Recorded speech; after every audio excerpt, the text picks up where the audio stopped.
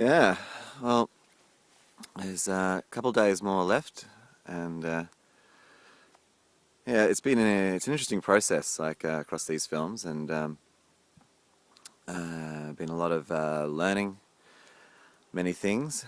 Um in Coast to Core, did a few uh, test sort of ideas, which were like walking into places and things like that. In particular, walking into places. And in this one, I've taken that a bit further and done quite a few walk-ins and uh, worked at making that smoother. But and also doing like panning shots and of just beautiful environments and things. And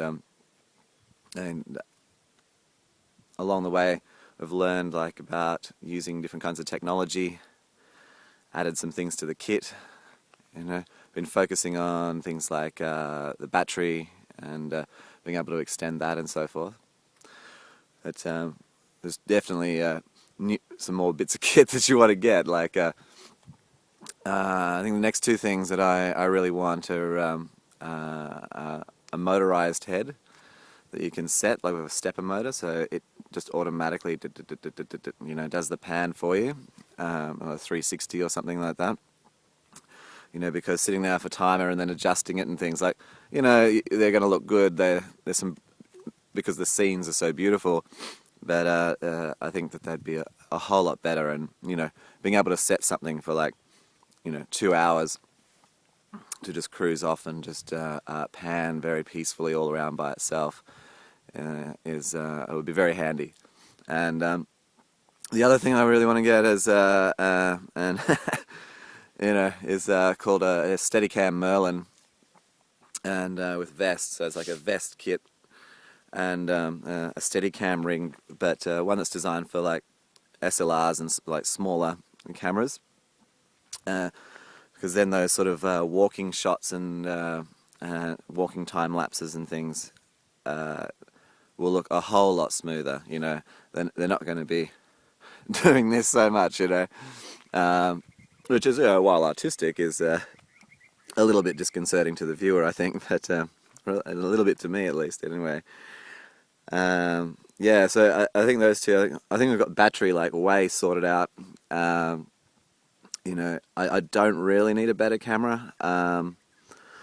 There's some exposure benefits, a couple of setting benefits, but that can be the least of my worries. Like, motorized head and a Steadicam Merlin will be the same cost as a camera that's going to have a few of those better things. But ultimately, when you're talking about shooting down to video or even to film, that picture size is so massive on a SLR that you don't need to. And the other thing which I talked about in that first equipment video was a better timer, a split-second timer. A timer that can change across times, and so you can get some other smoother results. Yeah, so I think like otherwise it's technically like we've got it kind of worked out, and I've worked out the different methods. I mean, and another thing which isn't like a piece of equipment, but is a technical method is. Yeah, I've really learned, although I haven't had the opportunity to employ a lot, of how to shoot so that, I'm shooting, say, for a scene one day and another scene the next day, from the same place, and how to blend them together,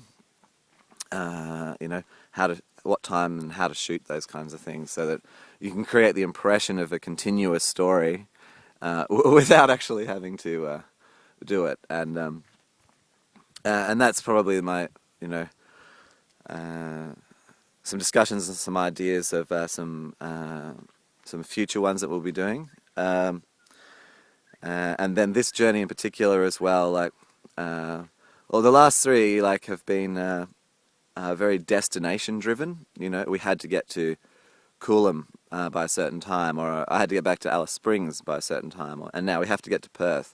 There's a plane flying out, like we've got to do it, like, you can't like take, you know, a month cruising along.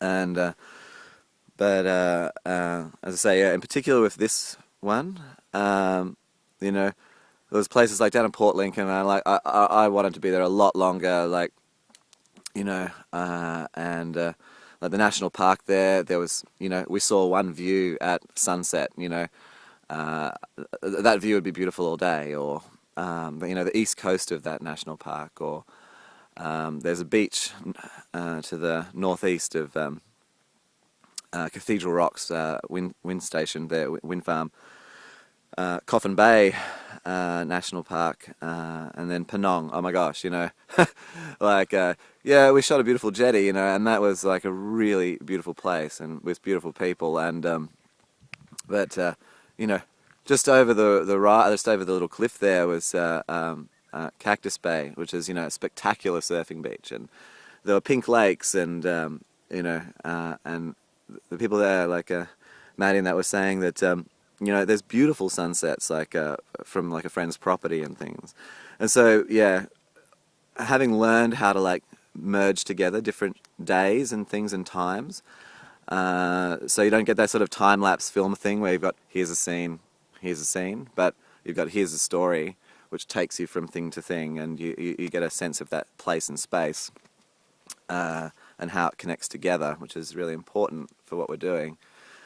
Yeah, you know, we don't, in the future, I don't want to have destination-driven filmmaking as such, because it's, you know, I'm looking at myself in the camera here, and it's not even the end yet, and, you know, it wears you out, and you have to miss things, you know, you've got to go, man, we just got to go, you know. So, yeah, that'll be, that's going to be what's sort of coming next, I think, and with the non-destination driven style, at least, I reckon I live in a beautiful place to actually just give that a go, and in Central Australia, and we've got the East Macdonald, West Macdonald, you know, round to Wataka, Katajuda and Uluru.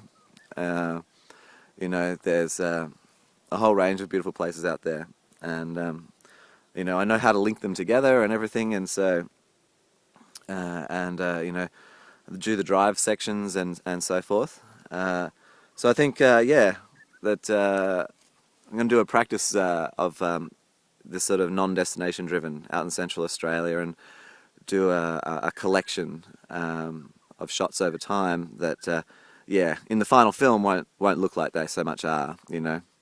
And yeah, I think we'll get a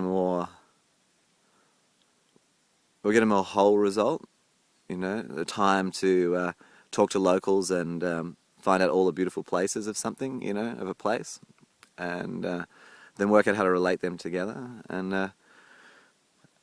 the other thing is, yeah, you know, do something like that, but without being completely, you know, tired by the end of it, or putting yourself in a risky situation by having to drive too long in a day and not just being able to rest, or, you know, set up a camp or something like that. But there's something to be said for the intense style, you know, just go, go, go, you know, and there is something to be said for it, you know.